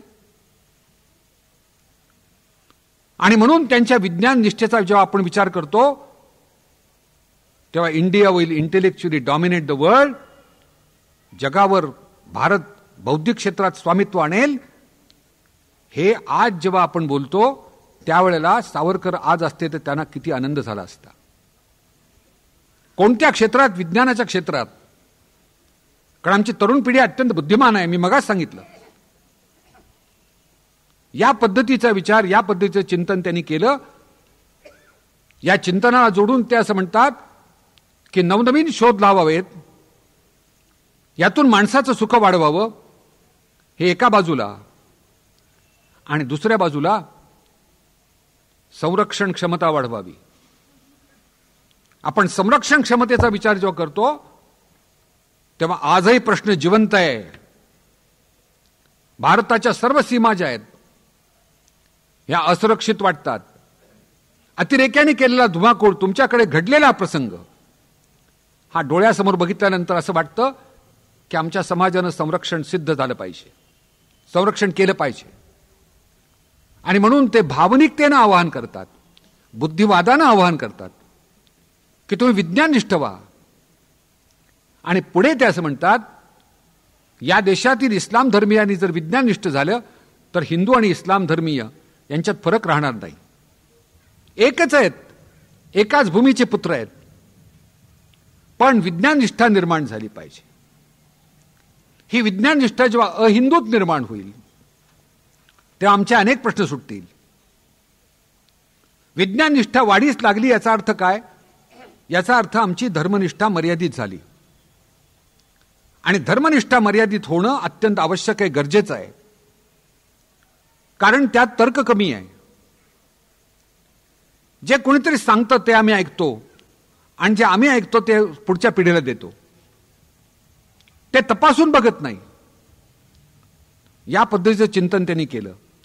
आणि म्हणून हिंदू आणि मुस्लिम हा जो समस्या ही जी आहे, ही समस्या अशा पद्धतीच्या अतिरेकी स्वरूपाच्या धर्मनिष्ठेतून निर्माण झालेली आहे, ती काढून टाकता येईल. साधी गोष्ट अशी बघा की माझा मुलगा मला बाबा म्हणतो, पुतण्या मला काका म्हणतो, भाचा मला मामा म्हणतो. मी वर्गात शिकवत होतो तेव्हा मला सर म्हणत होते. मी रस्त्याने जात असताना समोरून ट्रक आली. तो शेजारचा मनुष्य म्हणाला, ओ मिस्टर, ती ट्रक धडक देईल, बाजूला सरका. म्हणजे मी एकच सत्य स्वरूप निरनिराळ्या नावाने ओळखला जातो. मग मी जर एकच सत्य स्वरूप आहे, नावं भिन्न आहेत, तर परमेश्वराच्या संदर्भात नावं भिन्न असायला हरकत कुठली? मी एकच ना. मग ख्रिश्चन काय, इस्लाम धर्मीय काय, बौद्ध धर्मीय काय, जैन धर्मीय काय, सनातन धर्मीय काय, याचा शेवटी एकच आत्माराम, एकच. अशा पद्धतीचा व्यापक विचार त्यांनी जबरदस्त पद्धतीने मांडला, तर्कशुद्ध पद्धतीने मांडला. आणि याचा जर स्वीकार तुम्ही केलात तर एकात्मता खऱ्या अर्थाने निर्माण होऊ शकेल. म्हणजे असं जे म्हणतात ना की सावरकर हे मुस्लिम विरोधात आहेत, मुळीच नाही. त्यांना फक्त असं पाहिजे की या ठिकाणच्या मुस्लिमांनी विज्ञानाची कास धरावी, मोठं व्हावं आणि सांस्कृतिक एकात्मता निर्माण व्हावी. धर्माच्या दृष्टीने सर्व समाज एकात्म होणं, यात धर्म याचा अर्थ कर्तव्य. तुम्ही कोश काढून बघा. धर्म याचा अर्थ ड्युटी, कर्तव्य. या कर्तव्यात स्वसापेक्ष, परसापेक्ष, आध्यात्मिक आणि भौतिक 4 प्रकारची कर्तव्य असतात. यात जे आध्यात्मिक कर्तव्य आहे, या आध्यात्मिक कर्तव्यावरून वाद होतात. वाद कसे होतात? मूर्तीची पूजा हा वादाचा विषय होतो. आता मूर्तीची पूजा म्हटल्यानंतर सनातन धर्मीयांच्यामध्ये सुद्धा आदि शंकराचार्य असं म्हणतात की मूर्तीची पूजा ही दुय्यम प्रकारची आहे. तुम्ही परमेश्वरला अनंत म्हणता, परमेश्वर अनंत आहे, आणि त्याला प्रदक्षिणा घालता आणि त्याचा अंत बघता. बरोबर आहे? परमेश्वर तेजस्वरूप आहे म्हणता आणि त्याच्यासमोर निरंजन लावता. तेज मोठं आहे आणि निरंजनाचा उपयोग काय? परमेश्वर सुगंधमय म्हणता आणि त्याला उदबत्ती लावता. उपयोग काय त्याचा? हा सगळा विरोधाभास आहे. पण अकरणात मंद करणं श्रेय, काही न करण्यापेक्षा हे बरं. आणि यात शैक्षणिक मूल्य लपलेलं आहे. शैक्षणिक मूल्य अशा अर्थानं लपलेलं आहे की परब्रह्म म्हणजे काय तुम्ही वारकऱ्याला विचारलं, वारकऱ्याला उत्तरच देता येणार नाही, कारण गूढ आहे ते. चांगल्या चांगल्या लोकांना उत्तर देता येत नाही ना. मी जेव्हा प्राचार्य झालो तेव्हा मला असं वाटलं की आपल्या विद्यार्थ्यांना समजावं मी प्राचार्य आहे म्हणून. आणि म्हणून बायोलॉजीच्या नवीन ऍडमिशन घेतलेल्या विद्यार्थ्यांना भेटायला गेलो. दाटीवाटीनं गर्दीनं जमली होती. प्रयोगशाळेत मुलं होती. माझा काही संबंध नाही, पण मी विनाकारण विचारलं, व्हॉट इज बायोलॉजी? जीवशास्त्र म्हणजे काय? एका मुलाने सांगितलं, जीवशास्त्र म्हणजे जीवविषयक शास्त्र. बरोबर आहे, कारण मला तेवढंच माहिती होतं. पण शेजारी असलेल्या एका चुणचुणीत मुलाने मला विचारलं, जीव म्हणजे काय? आता पंचायत. पण शिक्षक कुरुक्षेत्रावर हरत नसतो कधी. मी कोपऱ्यातल्या सांगाड्याकडे बोट दाखवलं. प्रयोगशाळेत होतो ना. म्हटलं, हा सांगाडा चालतो का रे? नाही म्हणाला. का नाही चालत? त्यात जीव नाही म्हणून. कळलं ना? म्हटलं जीव म्हणजे काय? कळलं म्हणाला. पण मला या क्षणापर्यंत जीव म्हणजे काय कळलेलं नाही. कारण जीव गूढ आहे, परब्रह्म गूढ आहे. पण विठ्ठल म्हटल्यानंतर कळतं. म्हणजे गूढ गोष्टीला तुम्ही आकार दिला की कळतं. आई शिकवतात मुलांना, लहान मुलांना, अननसाचा. पटलं, बरोबर, कारण अननस समोर असतो. पण म्हणजे काय अजूनही कळणार नाही तुम्हाला. गूढ आहे. ज्ञान म्हणजे काय? गूढ आहे. पण शिक्षक आणि ग्रंथ म्हणजे ज्ञान. आकारबद्ध केलं की त्याला ज्ञान म्हणतात. याचा अर्थ शैक्षणिक मूल्य या दृष्टीनं याचा विचार केला पाहिजे. आणि सर्वांच्या मध्ये एकात्मता भाव येण्यासाठी सगळ्यांनी अशा पद्धतीचं चिंतन केलं पाहिजे, विचार केला पाहिजे. म्हणून त्यांचा विचार आजही सचेतन आहे. असं म्हणतात इतिहास जमा झाला नाही. काही थोर माणसं अशी होऊन गेली की ज्यांनी केलेला विचार अशा पद्धतीनं आपल्या समोर आदर्श ठेवलेला आहे. सावरकरांच्या जीवनाकडे अक्षरशः जे तरुण मंडळी बघतात त्यांच्या लक्षात येईल अखंड अडचणी आलेल्या आहेत. अखंड अडचणी. अडचणींचा ओघ म्हणजे सावरकर चरित्र. अडचणी कोणाच्या आयुष्यात नसतात. आपल्या घरात मुलं मुली मोठी माणसं सगळे सांगतात मला ही समस्या आहे, मला तो प्रॉब्लेम आहे, हा प्रॉब्लेम. अनेक प्रश्न असतात. पण या प्रश्नांची उकल करताना समर्थपणानं सामना देण्यामध्ये पुरुषार्थ असतो. उदाहरण समोर घेतलं पाहिजे. एक मनुष्य बोटीतून प्रवास करत होता. बोटीत बसल्याबद्दल एकदम आनंद झाला. निळं पाणी, वरती निळं आकाश, स्वर्गीय आनंद. पण तेवढ्यात माईकवर सांगितलं गेलं बोट बुडाली. मेलो म्हणाला. बोट खरंच बुडाली, पण याच्या हाताला लाईफ बॅग लागली आणि पोहत पोहत कडेला आला. बोटीत बसल्याचा आनंद, बोट बुडाल्याचं दुःख, लाईफ बॅग हाताला लागली याचा आनंद. पण कडेला येऊन पोचतो बघतो तो समोरून रानटी टोळ्या हातात तलवारी घेऊन येत होते. बाप रे म्हणाल, मेलो. पण त्या जवळ येऊन पोचल्यानंतर याच्या नावाने जय जयकार करायला लागल्या की जो समुद्र पोहून येतो तो आमचा राजा असतो. राजसिंहासनावर बसवलं. 8 दिवसात धरणीकंप झाला. राजानं पाप केले म्हणून धरणीकंप. फाशी. म्हणजे मालतीबाई बेडेकरांच्या शब्दात मानवी जीवन हे इंदोळ्यावर असतं. एका बाजूला सुख असतं, स्वर्गीय सुख असतं, दुसऱ्या बाजूला दुःख असतं. याच्यामध्ये मनुष्य असतो. समर्थ सामना करण्यामध्ये पुरुषार्थ असतो. मुंबई सेक्रेटरीएटमध्ये नवरे नावाचे ग्रस्त होते.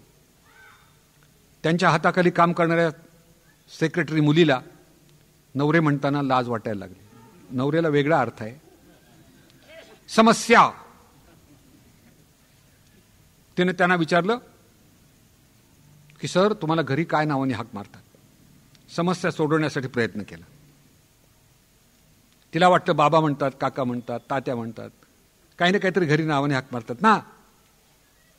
तो ग्रस्त म्हणाला की घरी प्यारे म्हणतात. बाप रे म्हणाले. आता एक समस्या सोडवतो, दुसरी उभे राहते, दुसरी सोडवतो, तिसरी उभे राहते. हे जीवनाचं स्वरूपच आहे.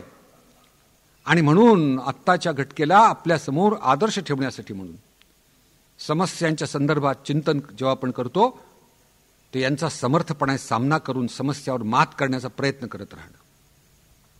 शेवटी असं आहे, काही समस्या सुटतात, काही नाही सुटत. आळंदीला पटवर्धन नावाचे एक आध्यात्मिक ग्रस्त होते. त्यांना भेटायला ग्रस्त आला आणि म्हणाला आयुष्यात अनेक समस्या असतात, काही सुटतात, काही सुटत नाहीत. का बरं असं?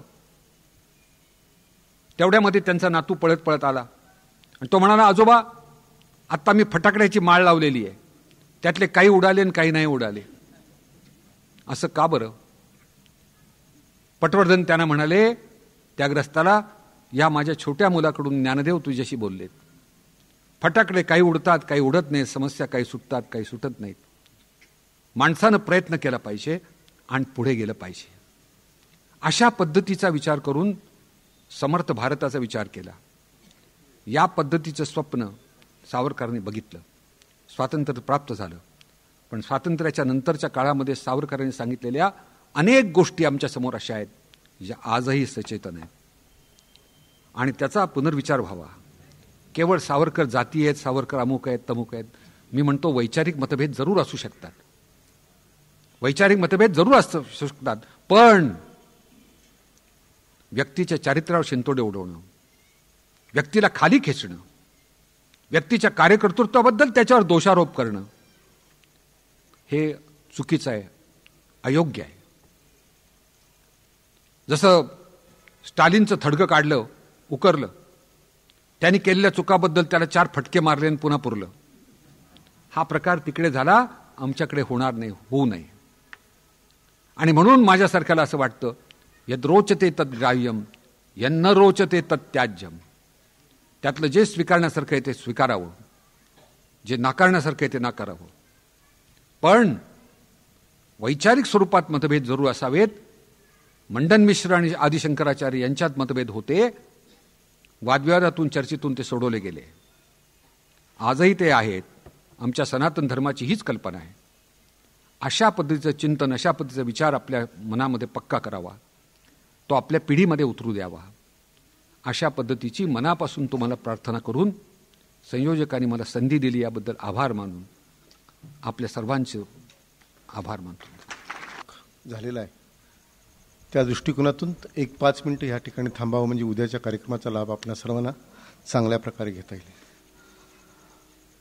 आजचं व्याख्यान डॉक्टर शन्ना नवलकुलकर यांनी सावरकरांच्या विचारदर्शन, सावरकरांची स्वातंत्र्य भावना, सावरकरांची स्वातंत्र्याबद्दलची स्वप्न या विचाराला अनुसरून आजच्या प्रसंगातले स्थानिक काही प्रासंगिक असे विनोदाचे स्वरूप सांगत हे विचार अत्यंत सोप्या भाषेत आपणासमोर ठेवले.